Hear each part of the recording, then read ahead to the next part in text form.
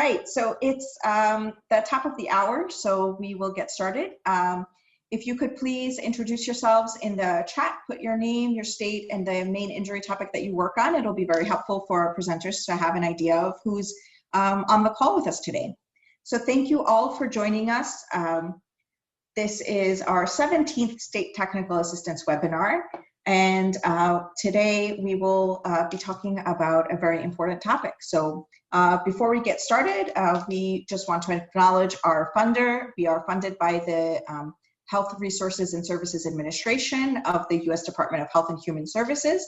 And we are HRSA's primary vehicle for technical assistance to state and jurisdiction health departments on child safety topics. And all of the information and content should not be construed as the official position or policy of the government. For any of you who are new to Ring Central, there's some controls at the bottom. We have everyone muted right now, but if you would like to unmute yourself during the Q&A to ask a question, you can see that #1 button all the way at the bottom left. That's where you can access the mute or unmute. And if you'd like to come on video and say hello, you can also start your video.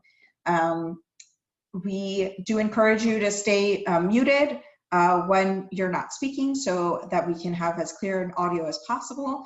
We are recording the session, and we will be posting an archived recording on our site with the slides. And you can use the chat function at the bottom. You should be able to see a little chat button at any time to ask questions during the webinar. So today we'll be talking about mental health in children and adolescents. So our topic is unpacking the behavioral and mental health implications of the COVID-19 pandemic on children and adolescents. And it is Mental Health Awareness Month. And so we are very excited to talk about this with our folks. My name is Maria Catratis. For those of you who don't know me, I'm one of the co-managers of the Child Safety Learning Collaborative at CSN. And I'll introduce our presenters. Today we'll have Dr. Evelyn Berger-Jenkins, who's an associate professor of child and adolescent health at Columbia University Medical Center. She's also a general pediatrician at the Charles Rangel Community Center in Harlem, New York. She teaches resident trainees and medical students at New York Presbyterian Columbia University Medical Center and collaborates with behavioral health specialists on research aiming to improve identification and treatment of psychosocial issues in young children and families. Related projects include some longitudinal studies to identify sources of healthcare disparities in the treatment of childhood ADHD and evaluation of the use of screening tools to identify patients with mental health issues in the primary care settings. She has received grant funding to explore best methods to address and co-manage with community partners the psychosocial and social determinants of health issues affecting her patients. Dr. Berger is a bilingual practitioner and a native of the Bronx, New York. She is dedicated to service and research in the diverse and vibrant communities of Upper Manhattan. So welcome, Dr. Berger-Jenkins. Next, we'll have Amanda Winn, who is a macro-level Master's of Social Work. She serves as the Director of Training and Technical Assistance at the Institute for Clinical Research and Health Policy Studies at the Center for Community Engaged Medicine at Tufts Medicine. Amanda received her degree from UC Berkeley with a joint focus on health and children and families. She spent her professional career working at the intersection of parenting, gender, and poverty. Amanda directed a national resource center out of UC Berkeley School of Social Welfare, providing training and technical assistance to providers around the country supporting families affected by substance use and/or HIV. She's also worked extensively supporting LGBTQ+ families at the school district, medical, and community levels. So welcome, Amanda. And last but not least, we'll have Shai Fuchsman, who is a behavioral health expert and senior research scientist at Education Development Center. Through his leadership of EDC's Socio-Emotional Learning and Mental Health Academy, Shai provides training and coaching to help Massachusetts schools and districts promote students' SEL and mental health well-being using a multi-tiered system of supports approach. As a prevention solutions at EDC training and technical assistance specialist, he supports state agencies and community-based organizations to implement and evaluate effective substance misuse prevention programs. Additionally, SHI co-developed Caregiver Navigator, which is an innovative mobile solution designed to help people caring for children with developmental disabilities navigate complex systems of care and promote their own well-being. So welcome to you all. We're very excited and we're very thankful for you taking time out of your busy days to join us today. So with that, I will hand it over to Dr. Evelyn Berger-Jenkins. Thank you, everyone. Thank you, Maria, and thank you for inviting me. It is my pleasure to come on today and talk to you about this important topic. I'm interested to hear your questions and have a conversation. Next slide. Before we can talk about the implications of COVID on child mental health, I really do want to take a moment to talk about what mental health is, how it's unique in childhood and different from adults, the state of childhood mental and behavioral health prior to the pandemic, what happened during the pandemic, and then of course the big question, where do we go from here? So what is mental and behavioral health? Next slide. It's really important to acknowledge that mental health is as vital to whole health as physical health.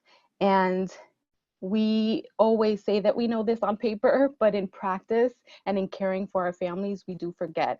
I remember attending a national summit on mental health in 2014 with Patrick Kennedy, the son of Ted Kennedy, speaker, congressman, I think in Rhode Island, who is an advocate for mental health and talks about his own experiences. And he coined the term checkup from the neck up. Not sure if any of you have heard that, but I really love that and do always remind the medical students that I work with and the healthcare professionals that I encounter that we're giving checkups, but really need to think about the brain and mental health because it's part of health, and without it, we cannot be healthy. It's important from the beginning too. So it's whole health throughout the lifespan.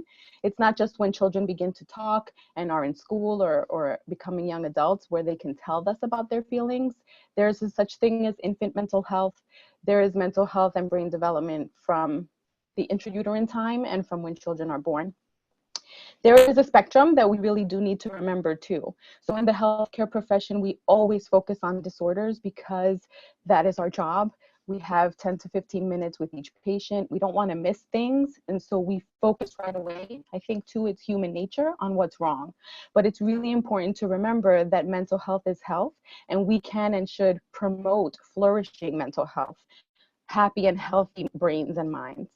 It's also important to remember that it's multifactorial. So in medicine, we focus on the genetic condition, where it's coming from, and what medicine we can provide maybe to treat it. But that only accounts for about 15 to 20% of mental health problems.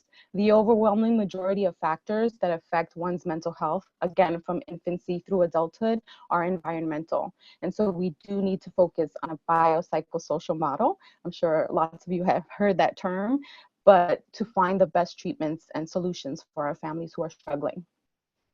Mental health affects all ages, genders, races, ethnicities in all geographic areas, but there are huge disparities in the prevention, access, and outcomes to mental health, both healthy brains and also mental health problems. And we really do need to focus on that as well, acknowledge it, and find solutions if we're going to find mental health globally. And finally, it's costly. So it costs individuals, families, and society somewhere around $247 billion per year was the last estimate, I believe, in 2020 during the pandemic. And this is higher than many other developed nations, yet our outcomes for mental health are not any better. Next slide. How is mental health unique in childhood? So I'm a pediatrician, and we always coin the term, children are not little adults. That's really important. In my training, I learned how to calculate doses of medications based on a child's weight. An infant is very different from a school-age child, who is very different from a teenager who's about to become an adult. And we, through scientific discovery, really do understand now that there are developmental ages and stages that children go through that dictate their behavior and their mental health and their emotions.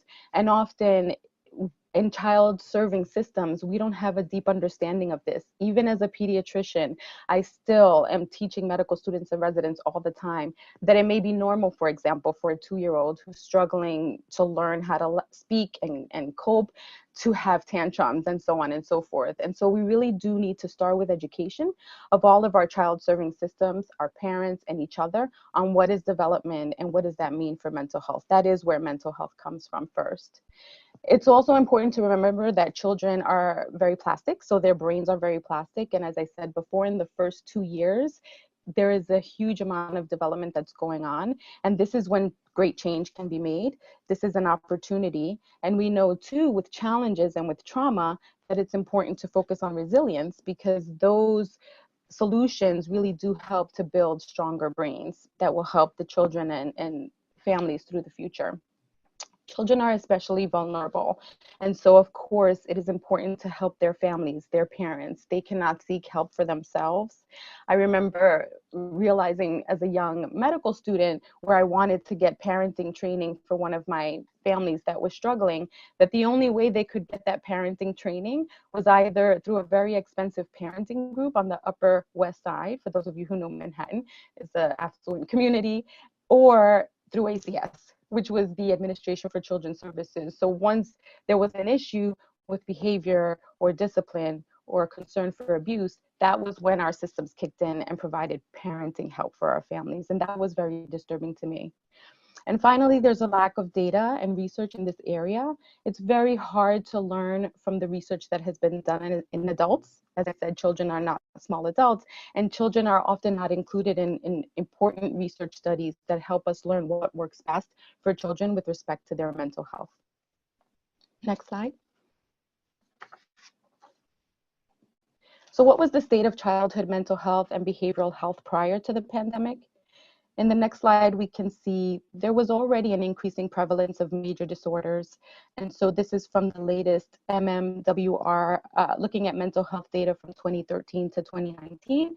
The most prevalent conditions have been over the past few decades, ADHD and anxiety, with about 10% of children as young as 3 years old to adolescents being diagnosed with these conditions. And depression is also extremely common, even prior to the pandemic, affecting about 20% of adolescents. The next slide just shows how this compares to other things that we see in pediatrics. Next slide, please. Like obesity, which is increasing dramatically over the years. So from 1970 to 2016, again in this report, 20% of children throughout the United States were obese by definition. Depression, you can see in the gray line, has been creeping up. Again, this is prior to the pandemic, and ADHD is in the orange. Next slide. Prior to the pandemic, we were already dealing with widening gaps and disparities, as I mentioned before. 31% of white children were receiving mental health services when they were found to have a need, compared to 13% of children from diverse racial and ethnic backgrounds who were in need, received mental health care. This slide is also from a study published in JAMA in 2019 using data from the 2016 National Survey of Children's Health, which surveyed over 50,000 parents asking whether the child had a mental health concern or disorder, or were they told that their child needed mental health help. And then the map to the right shows how many of those were receiving help. And from this, I'm not good at geography, but we can see that several states that were in the top rank for mental health disorder prevalence were also in the top for the prevalence of children with a disorder who did not receive treatment. The top four, I think I have written down here: Alabama, Missouri, Oklahoma, and Utah. Next slide. This is from the United States Department of Health and Human Services Mental Health, a report from the Surgeon General on the status of mental health in 1999. Things, though, have not changed in the past 20 years. And again, prior to the pandemic, 21% of children had a mental health disorder. And of those on the right, you can see that 79% were not receiving mental health care. Next slide. There are also significant mental health service shortages. So 9.75 child psychiatrists are available for 100,000 children. And that compares to 47 that are needed from the perspective of the American Academy of Child and Adolescent psychiatry. That 9.75 also compares to 122 pediatricians who service these 100,000 children throughout the country. They're also siloed systems. So I'm so happy to be on this call with all of you. But as we know in our daily work, it's really hard to work together. I work in schools as well, and I work in a healthcare clinic, and I have a really hard time talking to the teachers and the staff when it comes to my patients. There are differences in HIPAA and other laws that really make it hard for us to share information. We collect data differently, we define things differently, and they're inconsistent measures and just systems that make it really hard for us to work together. I think that's where some of our focus should be, in taking some of those barriers down. Next slide. So what happened during the pandemic? We can go to the next slide. I probably only have 1 more minute, so just 2 more slides. This is just a map to show what we all know. So this was a mass trauma. We've talked a lot about toxic stress, how it affects the developing brain, again, in those 0 to 5-year-olds, and how those changes can lead to a lot of stress, trauma, anxiety down the line. There were increases in social needs, as we know, food insecurity, poverty, that worsened, that again led to trauma and brain changes in our children. At the same time, there were educational and social gaps, so they didn't have the supports they need and that resilience to be built to protect them. There were increases in mental health challenges for all. So folks who had shown mental health diagnoses, genetic predispositions, and those who did not. So there was a 25% increase in rates of anxiety and depression. And I just told you that those existed in about 15% of the population of children. So now we're at 35–40%. There are widening gaps in care and worsening disparities. So we know that there was a huge disparity in mortality for COVID, with children from diverse racial and ethnic backgrounds losing a parent at twice the rate, and mortality rates were at twice the rate of other populations. And this just basically leads to things like suicide rates, for example, decreasing by 10%, the latest data shows, for non-Hispanic white females in just one study, but increased for other groups. Next slide. The implications for children, we can go quickly, but again, children are not small adults. And so I know we have folks on the call that work primarily with teenagers. And as I said, children are a span of developmental ages and stages. There was a huge difficulty for infants with a strain on the attachment that they're developing in that first year of life. Postpartum depression rose threefold, from 10% to 30%. And as I mentioned before, we don't have the resources to help parents and families. So this is a huge gap for us.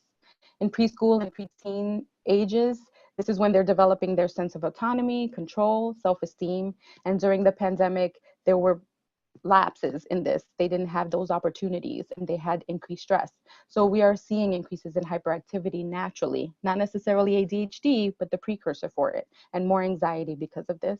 And finally, in teens, there's increased social isolation. So no surprise, there's increased depression. There's debate about suicide. We can talk about it, whether it's really increasing or not. For sure, suicidal ideation and suicidal thoughts in children and adults who had not been depressed before are increased. 31% increases in ED visits were seen for this in 2020. And so my last slide, I think, just summarizes it all. No, where do we go from here? Sorry, one more slide. I don't want to take over the time. So last slide, where do we go from here? I mean, I think I've hopefully given some infrastructure to how we can talk about making change. The first is to remember that this is a huge trauma, stress for kids, but we have an opportunity.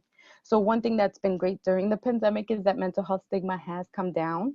We've been talking about distress, mental health, and as I said, folks who've had mental health concerns before and folks who have not, for everyone. And so we need to recognize that and focus on protective factors so that we can build those throughout.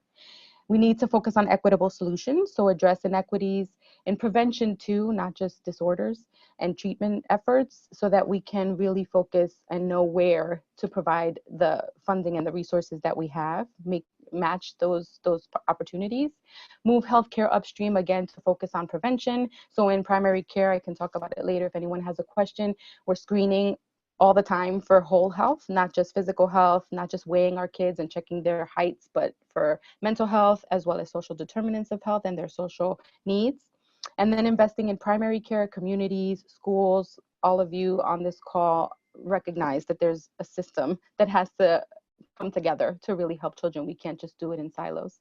Finally, we do have to remember to advance research. So we need to create the infrastructure and the ability to work together so that we're creating common registries, measures, and language so that we can advocate for what children need. Last slide are my summary. So just mental health is whole health, really important to remember that. It includes things like flourishing to disorders. The etiology is multifactorial, and we need to remember the biopsychosocial frame. Multiple challenges were present prior to the pandemic and just worsened throughout the pandemic. We see the huge numbers, and there are opportunities now for improvement, including the focus on equity, matching care where it's needed, prevention with a decreased stigma, thankfully, and increased use of systems approaches. Thank you so much. Those are my resources, and I'm happy to take questions, and references are on the last slide. And that's all. Great. Thank you so much, Dr. Berger-Jenkins. We will be posting these slides along with some resources on our website after the call. So you will have access to all of this. Thank you so much. Okay, and next we have Amanda Winn. Amanda? Hi, thank you. I just want to share that I am a method actor, and so to fully prepare for this conversation around COVID and mental health, my children and I decided to get COVID. So please bear with me. I will likely be coughing my way through this presentation, but I am happy and excited to be here today, especially on the heels of Evelyn's presentation, because I feel that HOPE, which is healthy outcomes from positive experiences, offers a really tangible way that kind of crosses sectors and provides common language for people to promote childhood mental health and thriving.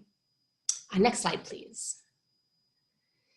So I work at Tufts Medical Center, though I am based in Portland, Oregon. We are a fully remote team, and we are led by Dr. Robert Sege, who is a pediatrician. And actually, the HOPE framework, which I will share with you in the upcoming slides, was originally created for pediatricians.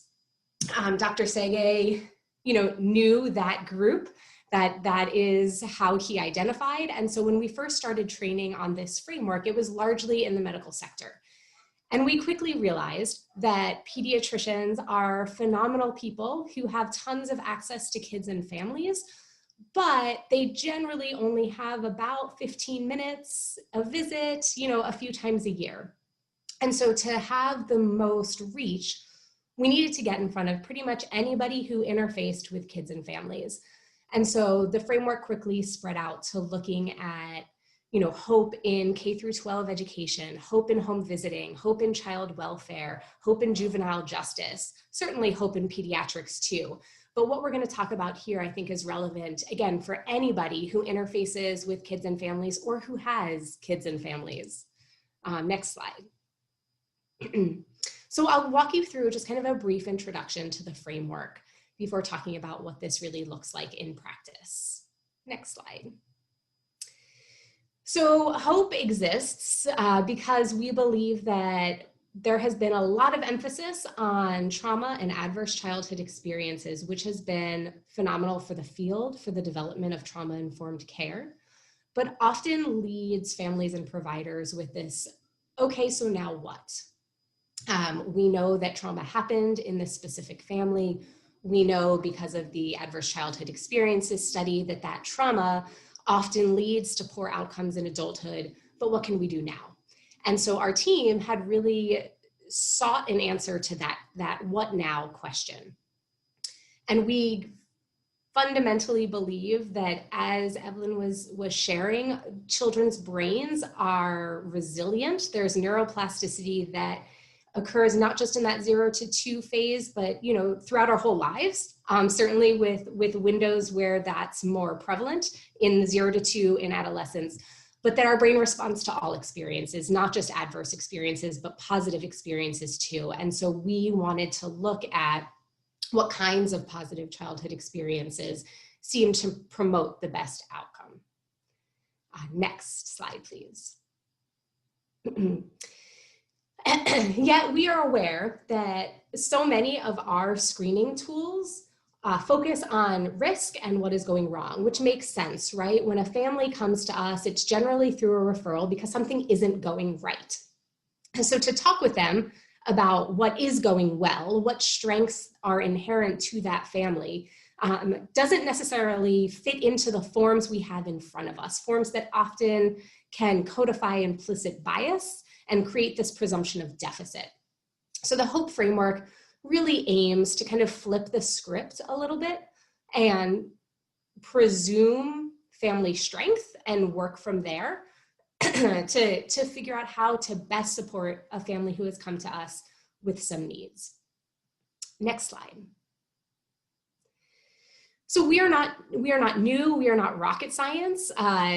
Looking at kind of protective factors and resilience has been around for a really long time. There are groups who have been doing this far longer than we have, and the HOPE framework kind of weaves together a lot of these ideas that are out there in the field that are being implemented and offers, again, a really tangible way forward.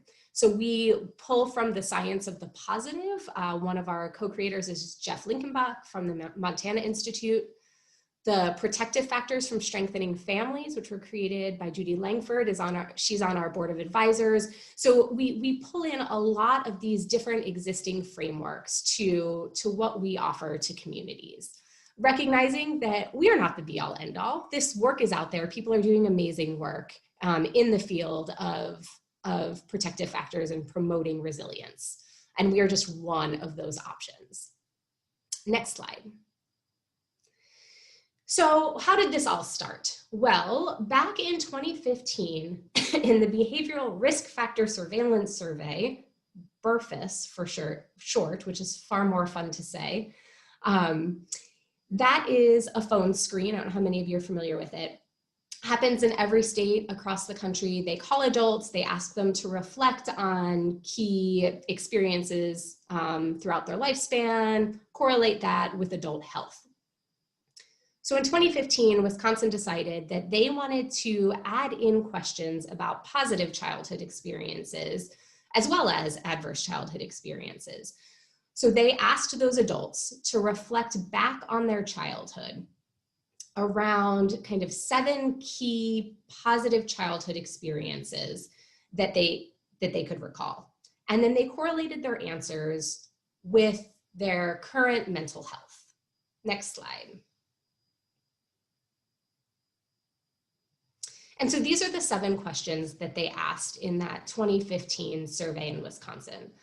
So asking the adults, as a child, how often did you feel you were able to talk to your family about feelings, felt your family stood by you during difficult times, enjoyed participating in community traditions, felt a sense of belonging in high school, felt supported by friends, had at least 2 non-parent adults who took genuine interest in you, and felt safe and protected by an adult in your home. And these 7 questions were created by Dr. Christy Bethel and were being used by the World Health Organization in their child and adolescent screening at the time, which is why they added these 7 specific questions. And what they found was pretty phenomenal. So for adults who could recall almost all of those, but they were able to say yes to 6 or 7 of those questions around positive childhood experiences. 87% of them reported current good mental health. And for the purposes of defining that term, we essentially mean they did not report depression or any current mental health diagnosis. Now compare that to people who could recall none or 1 or 2 positive childhood experiences. About 51% of them could report current good mental health. Now, what's even cooler, I think, is that this kind of dose-dependent effect of positive childhood experiences held true, even when you only looked at the category of individuals who had experienced 4 or more ACEs. So, by anybody's definition, had a fairly challenging childhood. For those who experienced 4 or more ACEs, but also 6 or 7 positive childhood experiences, only about 21% of them reported poor mental health in adulthood, compared to those who had experienced 4 or more ACEs and could only remember 0, 1, or 2 positive childhood experiences. About 61% of them reported depression or current poor mental health. So that feels pretty phenomenal, right? Excuse me, this idea that even in the face of ACEs, positive childhood experiences seem to protect adult mental health. Next slide, please. So of course that begged the question of, okay, so what kinds of positive childhood experiences seem to make the difference, seem to promote this resilience in adulthood? So Dr. Sege and Dr. Sherilyn Harper-Brown at CSSP did an extensive lit review and came up with what we now call the 4 building blocks of hope. Again, not rocket science. Anybody who works with kids, who has kids, are gonna understand these to be true. The first one is relationships. And so, of course, that means relationships with primary caregivers, but also with adults outside of the home, with peers, any kind of relationship where that child feels seen and heard and respected and valued. The second is environment. So having access to safe, stable, equitable environments to live, learn, and play.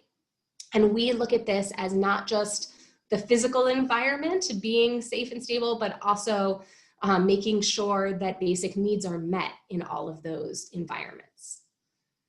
The third is opportunities for social and civic engagement, so that youth and children can develop a sense of mattering. They can be part of something that's bigger than themselves. And this looks really different if we're talking about, let's say, a new toddler who has a baby brother or sister at home, and maybe the way that they are socially engaging in their family is that every time a parent goes to change that baby's diaper, it is the toddler's job to tickle the baby's cheeks or grab a toy and distract the baby so that they can get through the diaper change. And they have this role in their family and it matters to them. Now for a youth, social and civic engagement will likely look like participating in some kind of youth group, whether that be a faith-based community, sports, theater, arts, any way that they can just be part of something bigger than themselves. And then the fourth is opportunities for emotional growth. And often this happens through unstructured playtime with peers, which clearly was a challenge during the pandemic. That one and social and civic engagement were kind of the hardest to connect with during the pandemic. But emotional growth also happens in relationship with adults who can model appropriate emotional reactions, who can help children and youth name feelings and what's going on in their bodies.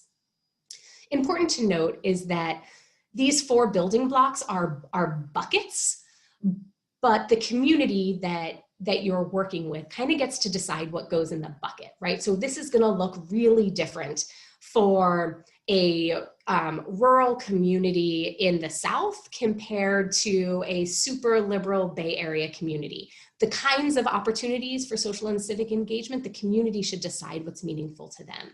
The types of relationships that feel supportive get to be defined by the community. And so just being really clear that while we kind of present the buckets of the building blocks, each community gets to define what goes in them. Next slide.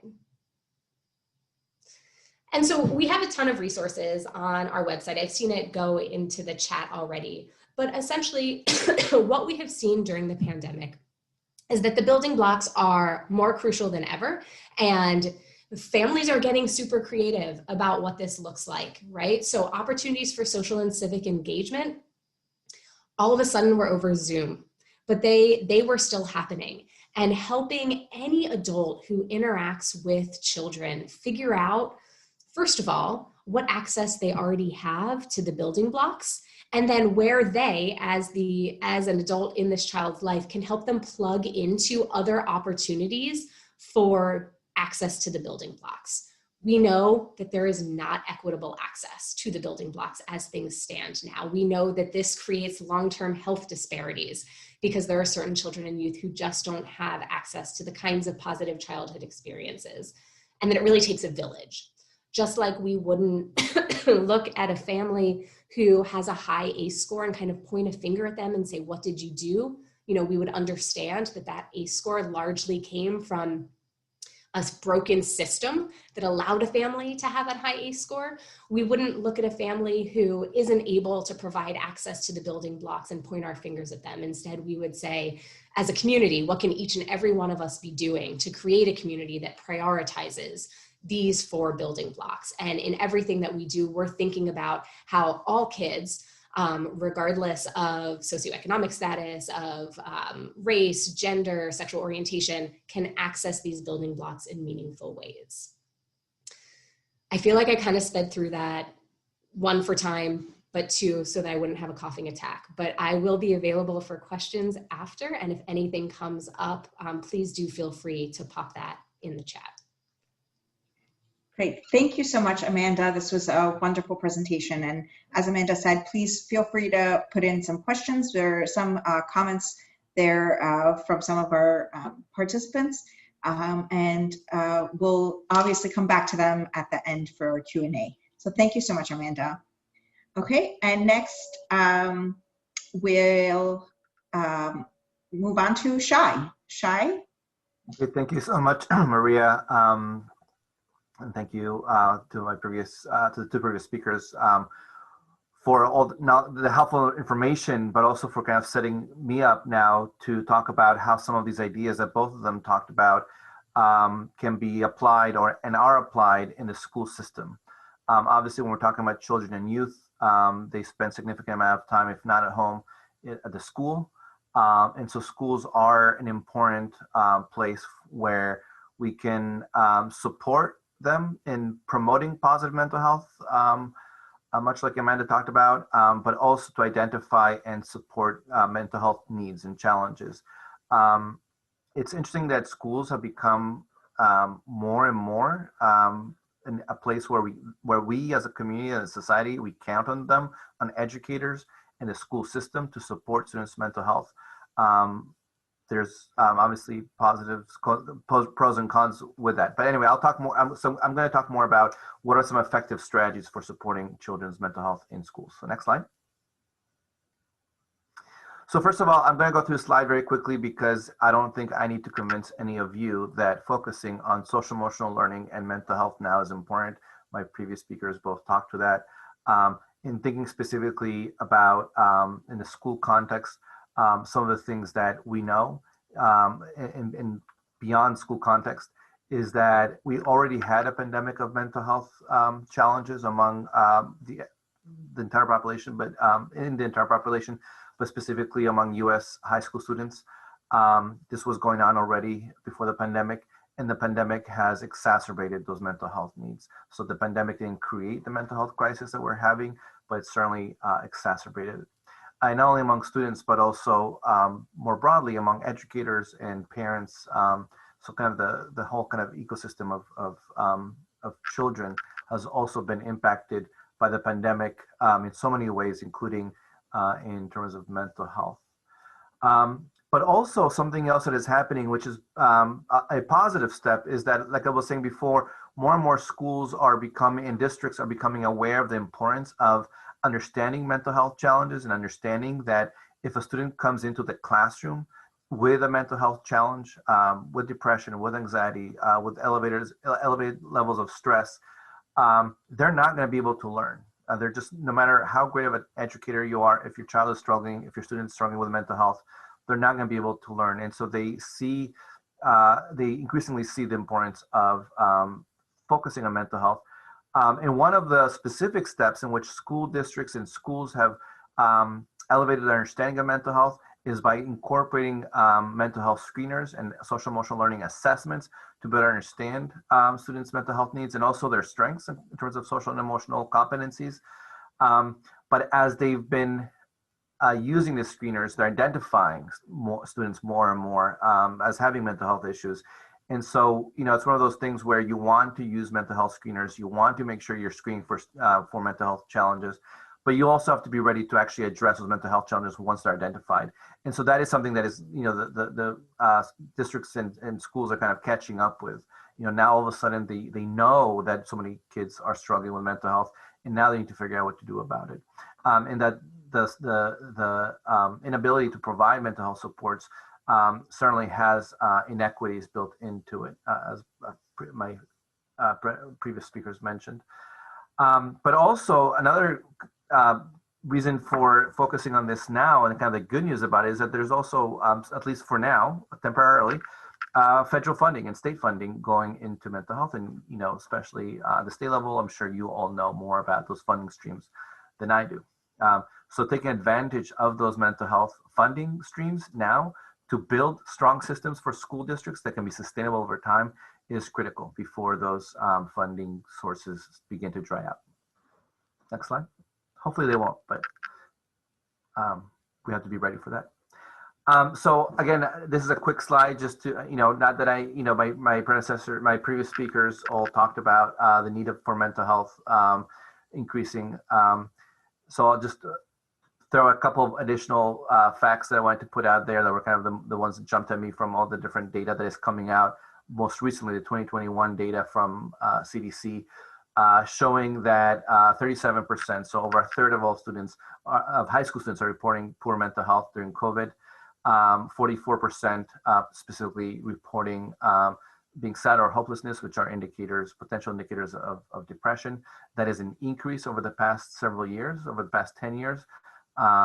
So, again, that's the trend is for increasing in mental health challenges over the past several years, particularly in the last few years with COVID. Another aspect of COVID is what was happening at home when we were all spending much more time at home. This to me really jumped at me. Over 50% of students reported emotional abuse by a parent or another adult at home. So clearly that's the trauma that we've been talking about. And then we've also been talking about inequities. And so I wanted to highlight some of those inequities in mental health. So LGBTQ students versus heterosexual and cisgender students have higher rates of mental health. Girls more so than boys, Hispanic more so than white and Black students, specifically around depression and suicide. Next slide.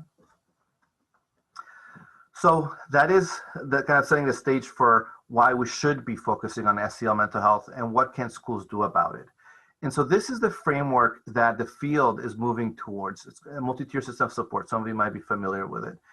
And this is actually a framework that came from the academic side of education. The idea is that you have 3 tiers. Tier 1 is what we would call in public health universal, in this case, education or programming. Tier 1 is what all students get.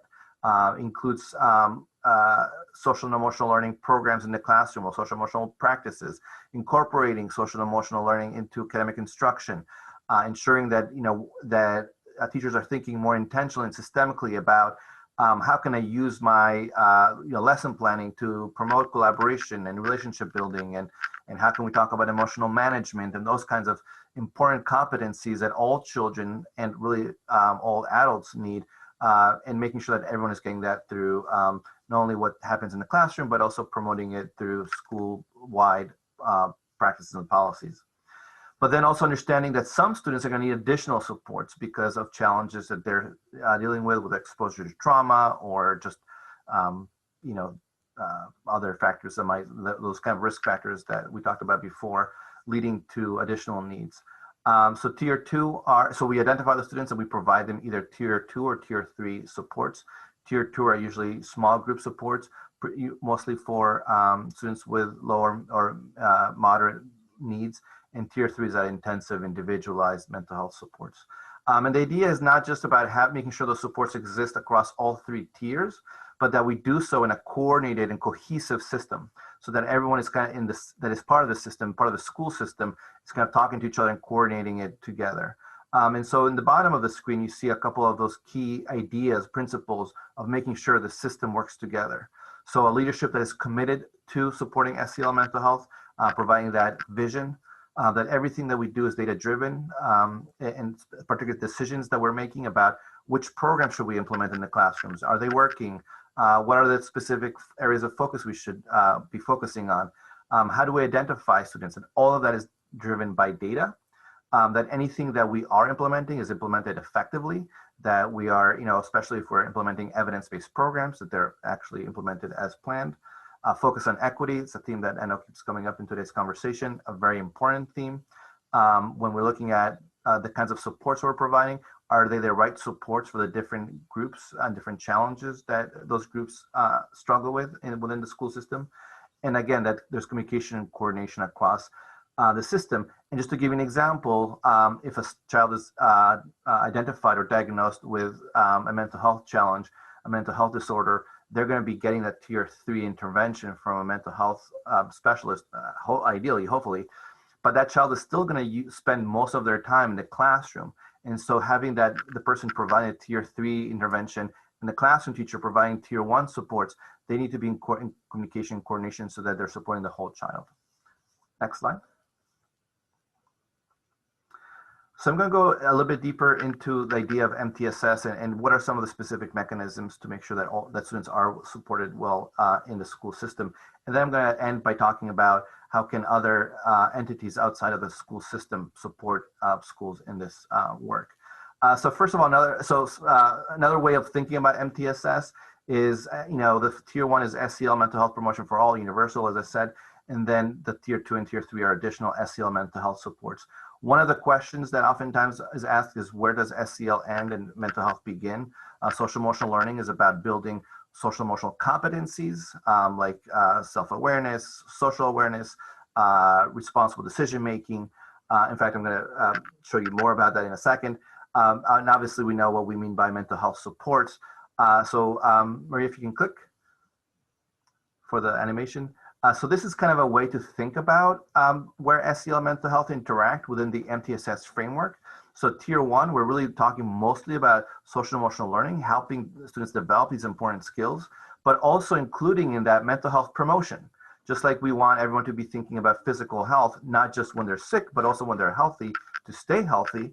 We also want to be thinking about how do we promote mental health for everyone, even when they're not struggling with mental health, to prevent mental health disorders. So there is certainly that mental health piece that needs to be incorporated at a tier 1 as well. And then as we go higher into the tiers and greater needs, mental health needs, the mental health piece is really where things are kicking in. So at tier 3, we're really talking about mental health counseling, mental health professionals supporting students, but also thinking about those social emotional competence as well. Next slide. So I'm going to talk a little bit more about each tier. So the first one is tier 1. And I feel like I've talked a little bit about it, so I'll just be kind of brief about it. What you see on the right side, that pinwheel, some of you might be familiar with it. It's from the Collaborative for Academic Social and Emotional Learning, CASEL, kind of the group that coined the concept of SEL. Basically what they did is they grouped together all these different kinds of skills into 5 buckets.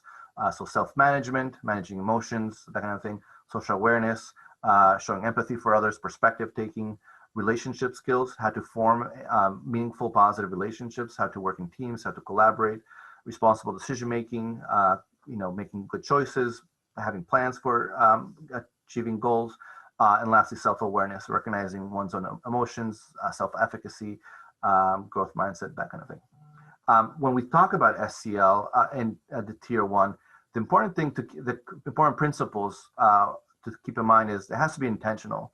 So some people will say, well, I kind of already do SEL. I already encourage students to work together. I already have them collaborate with each other. But we really want to make sure that we're thinking about all 5 of these buckets in an intentional way, in a systemic way, that that school districts have frameworks for really how are we going to promote each one of these buckets within the academic instruction, within the school day, that programs are implemented consistently and well, and that this vertical alignment, meaning we have a K through 12 idea for how we're going to support SEL growth in a developmental way. How do we support that kindergarten versus middle school versus high school, for example, and horizontally that, sometimes you go to a school and the school will say, well, this one 3rd grade teacher does a wonderful job with SEL, but the other teachers don't. So it's really about that horizontal alignment that, all that within each grade that we're really doing SEL well. Next slide.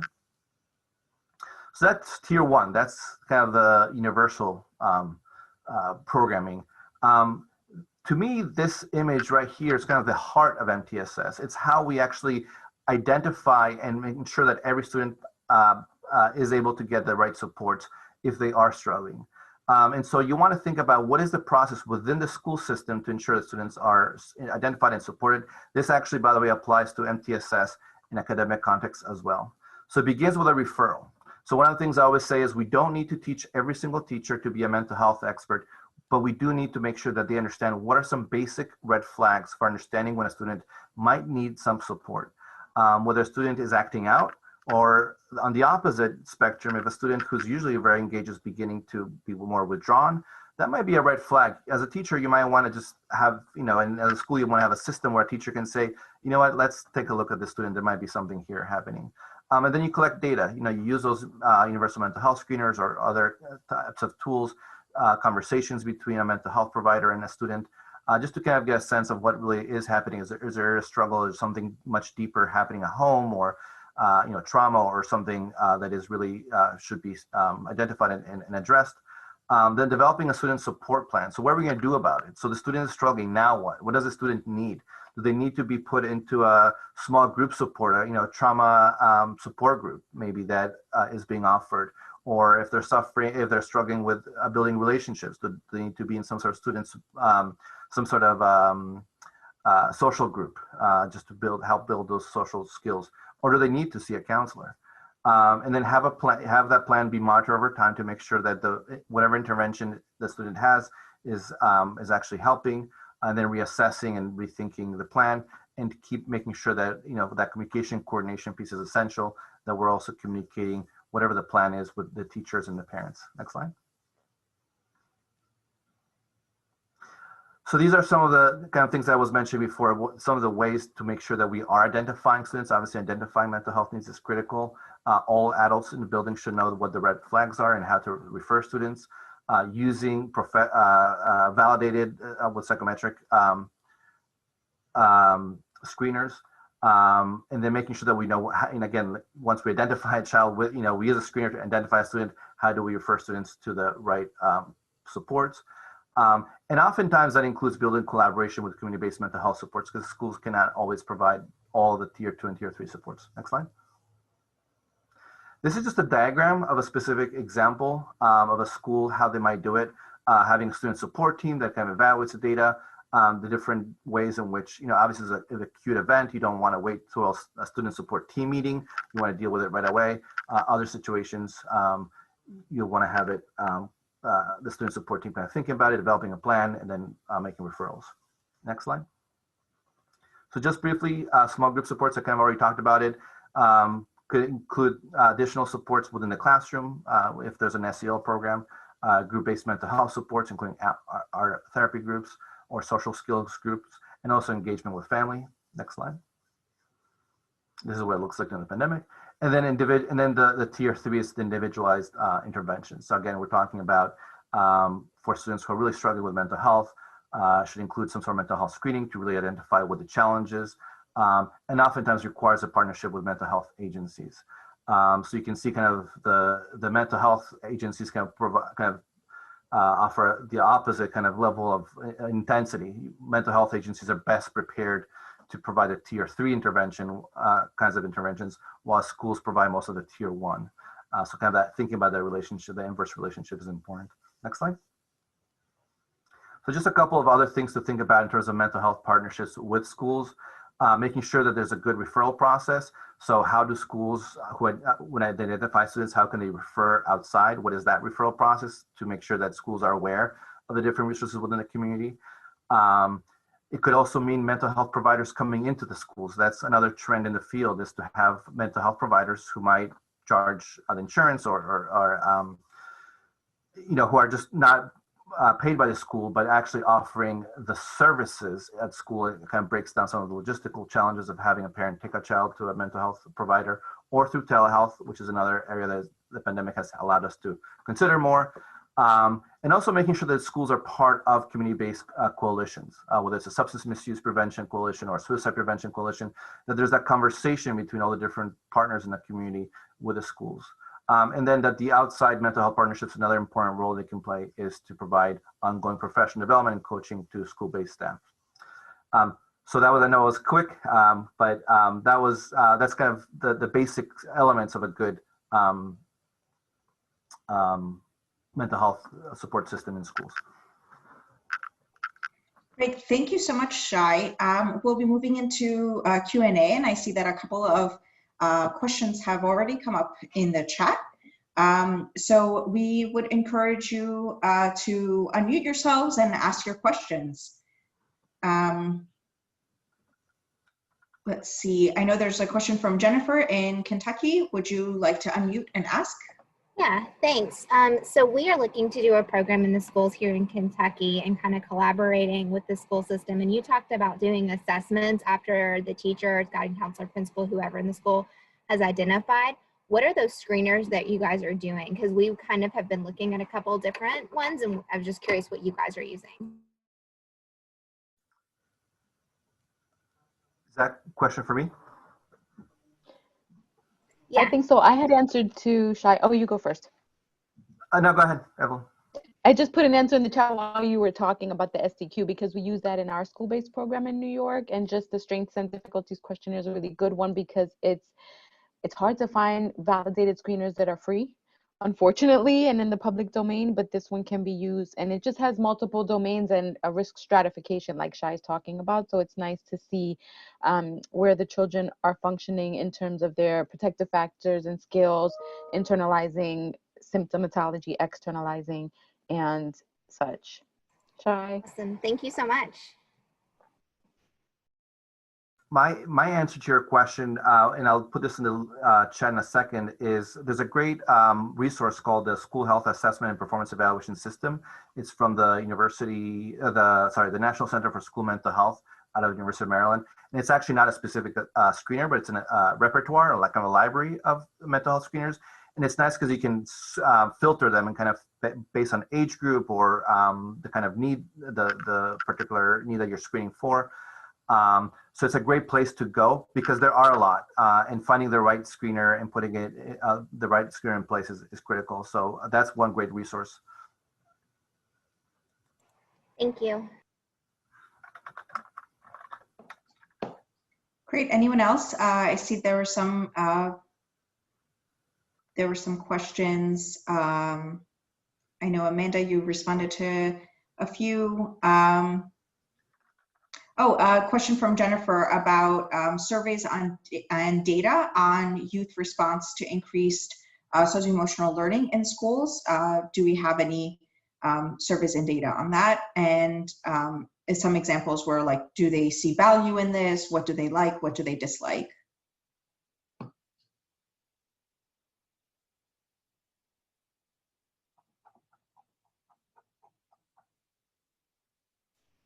I had put in a meta-analysis only because there's so much more quantitative research, unfortunately, than qualitative. So anything that I can remember from the schoolwork we've done is anecdotal. There's not a lot of qualitative information out there, unfortunately.